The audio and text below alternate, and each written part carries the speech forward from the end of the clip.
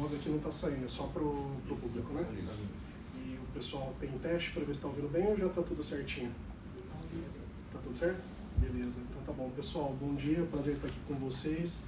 Eu sou o Wellington Bravo, eu sou diretor financeiro da Raízen, do segmento de energias renováveis, e tive o prazer de ser líder desse M&A de quase 8 bilhões de reais que a Raízen fez a aquisição da Biosev junto ali com a Luiz Dreyfus.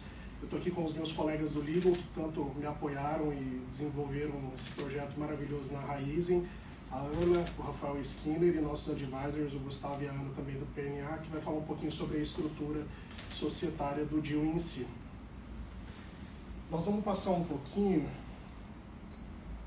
sobre o modelo de negócio da Raízen, para relembrar meio que o business purpose, né? Por que a Raízen foi atrás dessa operação, e por que nós escolhemos a Biosev. É uma resposta muito fácil de responder, mas a gente vai passar por ela. Vamos falar um pouco do resumo da transação em si, como que foi o nosso processo de integração, quase 10 mil funcionários, diversos sistemas, 9 usinas, então foi um processo bem interessante ali, o processo de PMI. Nós contamos com a ajuda da Accenture para poder fazer o mais smooth possível.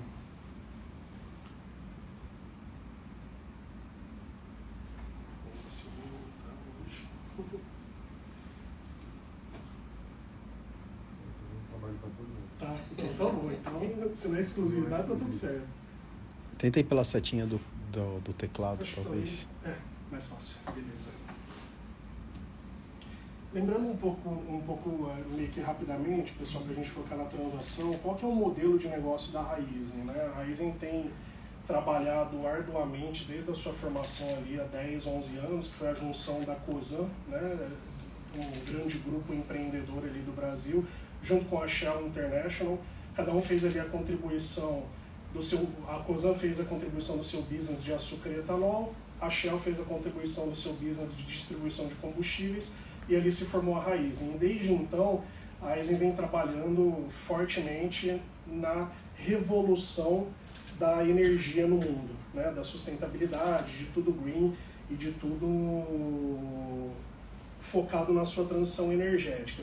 E desde lá da formação da Raízen, nós já obtivemos, via um investimento de quase 600 milhões de reais que a Shell já tinha feito à época, em tecnologia proprietária para o etanol de segunda geração. Era um investimento bem relevante e que, desde lá de 2011, a Raízen vem trabalhando dia após dia para poder tirar, de fato, o etanol de um bagaço que, em tese, antes era subproduto e a gente não aproveitava. Então, meio que uma lógica ali de fomentar cada vez mais a sua cadeia de valor. A Raízen é a maior produtora de etanol do mundo, uma das grandes empresas produtoras de açúcar e a segunda maior distribuidora de combustíveis do Brasil, e a gente, evidentemente, está trabalhando aí forte para conseguir cada vez mais disponibilizar para os nossos clientes produtos e soluções para a transição energética. E nos últimos anos, a Raízen tem focado muito em expandir o seu mercado de atuação. Então, por exemplo, no açúcar, nós vendíamos cerca de 70%, 80% do nosso produto para traders. Então, a gente entregava no Porto de Santos e ali ele fazia a direção que ia para consumidores finais, para indústrias. Esse ano, essa safra que está em andamento, cerca de 60% do nosso produto a gente já está entregando e já está chegando no consumidor final, né, na indústria final, que vai lá e industrializa e faz chocolate, refrigerante, remédios e etc. Então a Raízen tem buscado expandir seu portfólio, né? Nós compramos ali uma refinaria na Argentina, fizemos uma JV no Paraguai e estamos aí hoje em cerca de 15 países tentando buscar esse portfólio completo de energia. Indo um pouquinho para o deal, por que Biosev? Né? E como eu comentei no início, a resposta é muito fácil, porque Biosev era a melhor opção que a Raízen tinha naquele dado momento para se concretizar ainda mais como líder do mercado sucroenergético no Brasil. A Raízen tinha cerca de 10% de market share, sendo que 70% é totalmente variado, né, dissolvido em um mercado com muitas usinas. A Biosev tinha cerca de 5%. Então, quando a gente olhou e falou como que nós vamos abrir, expandir, tentar fazer com que o mercado de fato seja consolidado. Vamos atrás do segundo maior grupo. E aí começou, né, foi um deal que nós levamos cerca de 2 anos e meio entre a primeira reunião até o closing. Então foi um processo um pouco diferente do com que tudo ficasse a melhor estrutura possível, né? E por que disso? Porque tinha minoritários na Biosev, Biosev era uma empresa de capital aberto, tinha uma dívida que era muito alavancada, a Raízen estava no meio do IPO de Raiz 4, o deal ele foi feito, o signing e o closing do deal foi concomitante ao IPO, como a gente sabe foi um dos maiores IPOs da história do Brasil, o maior de 2021, então ali nós tivemos os vendedores acreditavam que a junção do negócio tinha total fit estratégico, que era renovar o futuro da energia. Nós, durante o processo de due diligence, a gente já vinha acompanhando os ativos da Biosev, que já estavam ali no mercado à venda há algum tempo. Nós notamos que nos últimos 3, 4 anos o pessoal da LDC fez um trabalho maravilhoso de revamp dos ativos industriais e agrícolas, que aqui eu também parabenizo pelo deal que eles executaram e fizeram, tanto empacotaram o grupo para ser vendido, como a resiliência e o bom relacionamento que a gente desenvolveu durante a transação. E tinha um aspecto de alocação de capital eficiente, porque a grande questão que existia na Biosev era que em um determinado momento a Biosev tinha muita dívida em dólar, optou por não redear a moeda estrangeira, o dólar subiu muito, acabou que a alavancagem ficou muito ousada, eu diria, e aí nós tínhamos o grande desafio de como nós vamos fazer com que essa empresa tenha uma estrutura de capital adequada. Como nós estávamos no meio do IPO da Raízen, nada melhor do que fazer um merger ali e fazer uma contribuição em ações, que o Gustavo vai explicar um pouquinho mais para frente. Falando um pouco de números, né, depois dessa transação a Raízen chegou a 35 bioparques, né, nós consolidamos aí 9 parques adicionais e uma geração, uma capacidade de moagem de cerca de 100 milhões de toneladas. Então, assim, é bem relevante, né, principalmente aqui no Centro-Sul. E um EBITDA de aproximadamente 5 bi e meio, quando a gente consolida só essa parte do grupo. Como a gente sabe, a Raízen entrega ali por ano cerca de 12, 14 bi e 5 bi e meio é contribuição do negócio de açúcar, energia e renováveis. Falando um pouquinho da transação.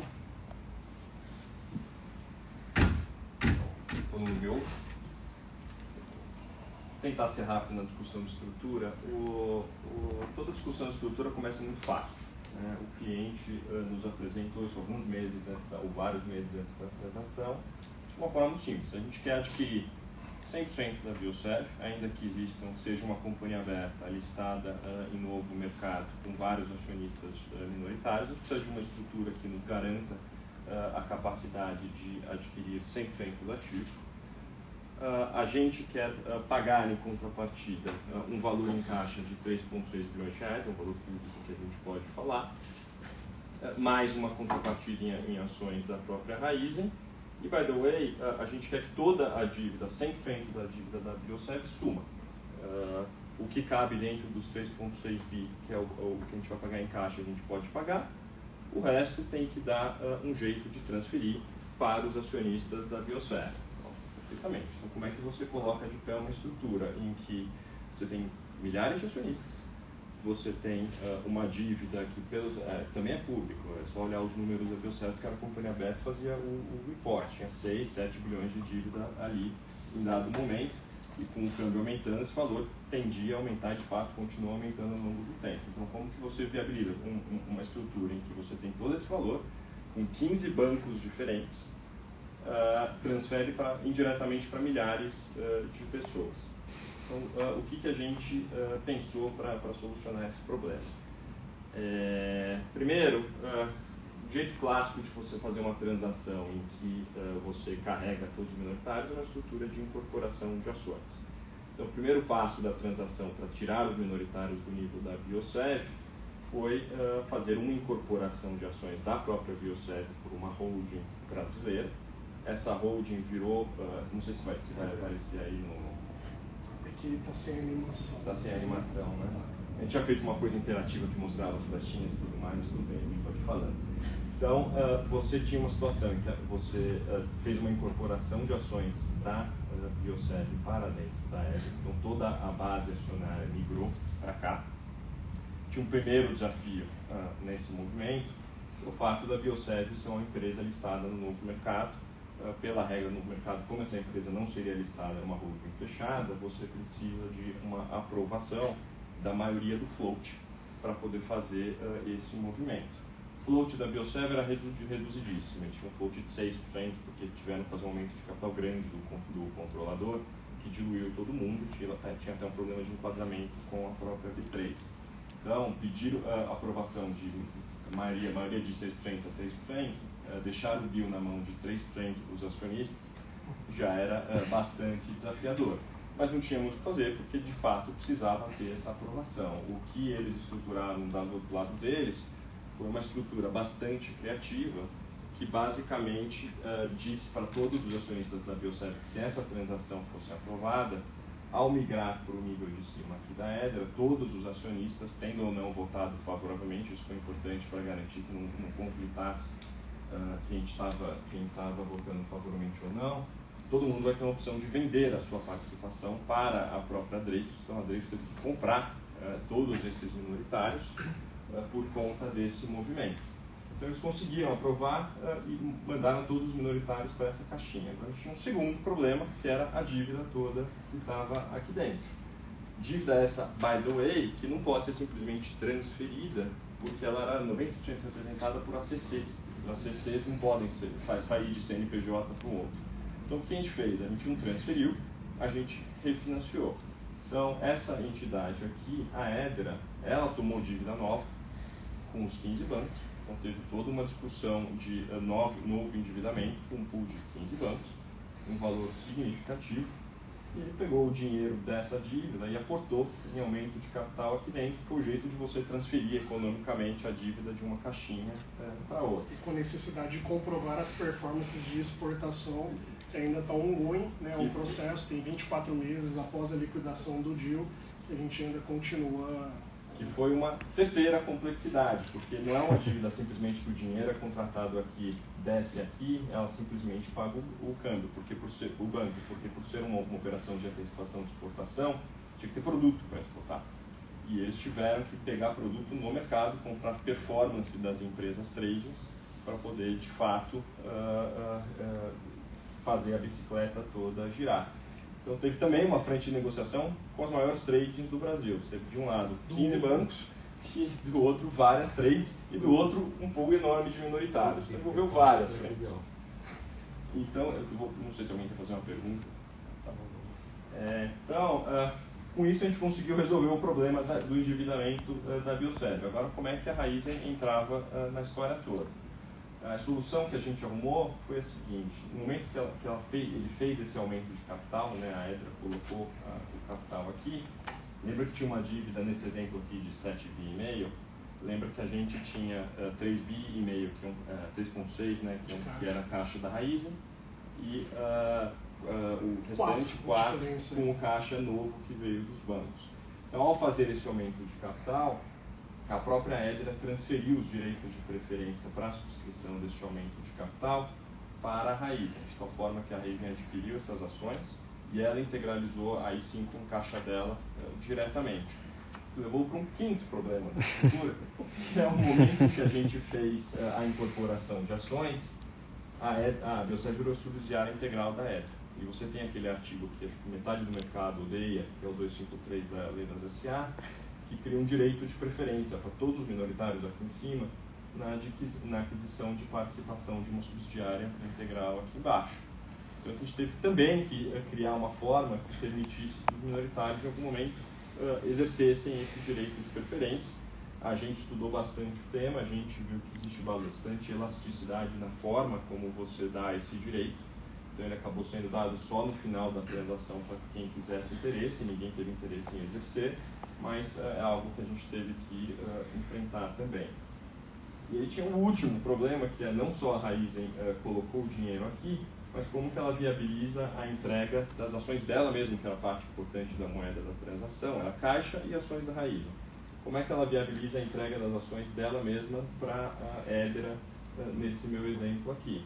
Então, as ações que foram... o jeito clássico de fazer isso seria de uma incorporação de ações. Né? Você tinha a essa altura do campeonato, você tinha uma situação em que a Raizen era dona de uma parte da Biosev, a Edera era dona do resto, era só a Raizen incorporar as ações da Biosev. O problema é que a incorporação de ações hoje o fisco vê como tributado.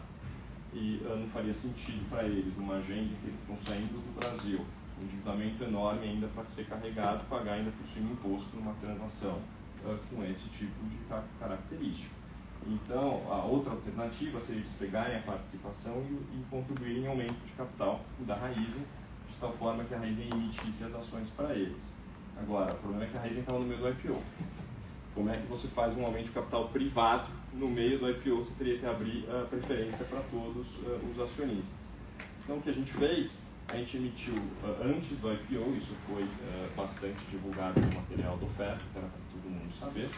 A gente emitiu um bônus de subscrição da Raizen, de tal forma que você já tinha um título conversível, não precisava rodar direito de preferência dos minoritários nem nada, e no momento que tinha o fechamento da transação,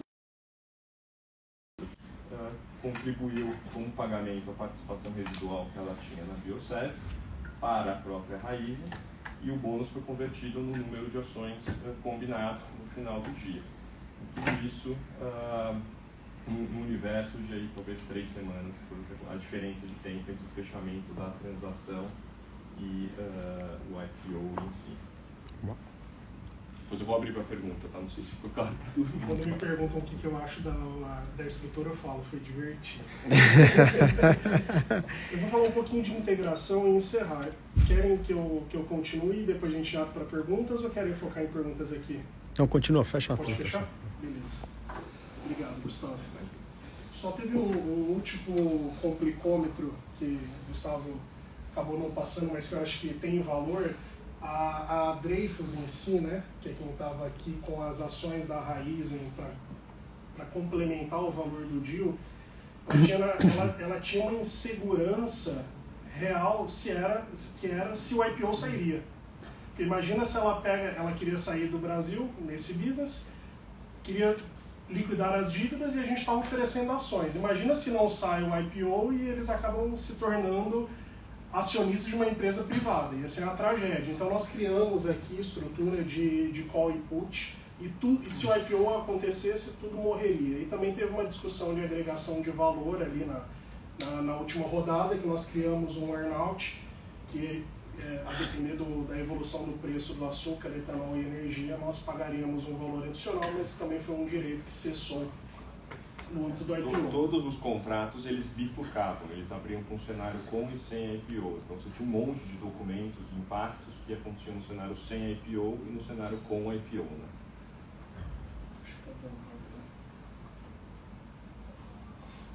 A integração, ela não é muito diferente do que o colega anterior comentou, que é foco em pessoas, foco em processo, comunicação muito clara, muito objetiva e manter o modus operandi da empresa adquirida.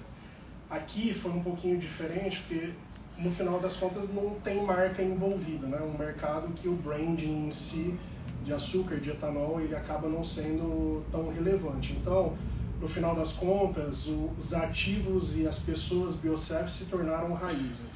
Foi um protocolo assim, muito bem programado, que durou cerca de 1 mês e meio para a mudança do branding. Foi engraçado que o logo Raizen é roxo num dado momento e o logo da Biosev era verde.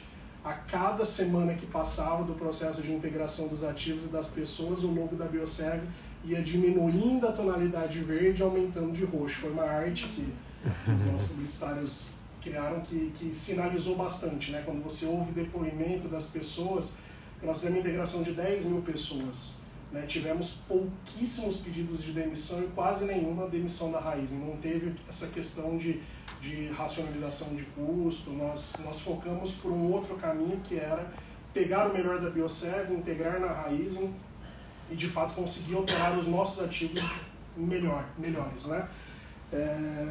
E aí, indo para o último slide, na nossa percepção, na percepção do mercado também, foi um deal que teve bastante headline, né? Tanto quando nós assinamos, quando nós fechamos, quando nós acabamos o processo de integração, e como eu comentei, a gente conseguiu integrar os 8 bioparques operacionais. Tinha um que estava ali dormente, quase 10 mil pessoas, quase 150 mil sistemas. E na nossa visão, né, qual era o grande desafio? Nós estávamos comprando um ativo que estava sendo vendido ao mesmo tempo.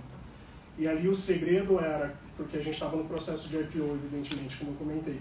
Então, o segredo era como que eu precifico o ativo, como eu dou transparência para o novo investidor do IPO, que parte do use of proceeds do IPO vai para pagar o deal, e como que eu faço a combinação perfeita de timing e valorização. E a gente conseguiu aí fazer uma agregação de valor importante para a Raízen, para os nossos acionistas, aí por volta de 8, 9 bilhões, que foi justamente a diferença entre compra e venda das empresas.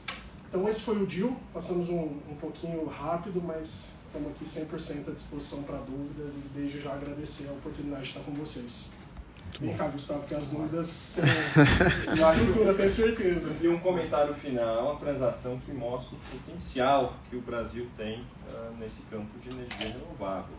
O tamanho, você olha para os números, o potencial que existe no país, e tudo ainda que tem para ser explorado, uma coisa gigantesca, uma coisa que o mundo tem cada vez mais prestado atenção, especialmente depois do que aconteceu na Rússia. Eu acabei de voltar de um evento na Europa, com gente de 40 escritórios diferentes, quase todos europeus, está todo mundo absolutamente aterrorizado com a questão energética ali, com o inverno chegando e a dependência que eles têm de fontes de energia, de gás e petróleo. Então, mostrar que o Brasil tem esse potencial, esse diferencial no mundo é uma coisa que não tem comparação no mundo inteiro. E a Raízen é a única empresa que exporta energia para a Europa, como via os pellets. Nós temos uma indústria de pellets, estamos fechando, se Deus quiser, em breve um contrato de longuíssimo prazo com uma empresa europeia que nós vamos exportar energia. Criativo, inovador, e estamos aí tentando limpar um pouco a matriz energética global. Fazendo a nossa parte. Exato.